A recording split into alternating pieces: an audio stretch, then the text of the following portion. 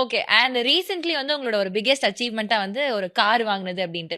So லைஃப்ல ஒவ்வொரு விஷயங்கள் வந்து நமக்குன்னு ஒரு ஸ்டெப் எடுத்து வைக்கிறப்போ, நமக்காக நம்ம வாங்கிக்கிறப்போ இட்ஸ் ரியலி ஸ்பெஷல். ஸோ அந்த மாரி தோ அது வந்து ஒரு பெரிய விஷயமா நெறைய பேருக்கு இல்ல அப்டின்னாலும், நமக்கு அது ஒரு பெரிய விஷயம். அப்டி நம்ம ஏர்ன் பண்ணி நம்ம கஷ்டப்பட்டு பண்ணோம் அப்டின்ட்டு. So how did you feel at that point?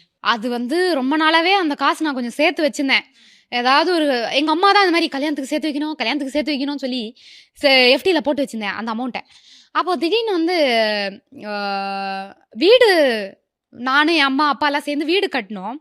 கட்டிட்டு அப்புறம் அதுக்கும் எல்லாரும் நெனைப்பீங்க, இவ்ளோ காசு போட்டு எப்படி இது? கண்டிப்பா லோனு, இஎம்ஐலாம் ஆமா. நமக்கு வந்து இருக்கு. எல்லாருக்குமே மிகப்பெரிய பணக்காரனுக்கே கடன் இல்லாம கிடையாது. ஸோ அப்படி இருக்கும்போது, லோன் அதெல்லாமே நம்ம வந்து எடுப்போம். ஸோ அப்படி இருக்கும்போது, எனக்கு என்ன தோணுச்சு அப்படின்னா, எங்களோட ஒரு கார் இருந்தது. அது கொஞ்சம் பழசா 7 வருஷம் ஆயிடுச்சு. ஒரு கார் வச்சிருந்தோம். அப்போ வந்து சரி okay it's time to change அப்படிங்கிறது ஃபீல் ஆயிடுச்சு.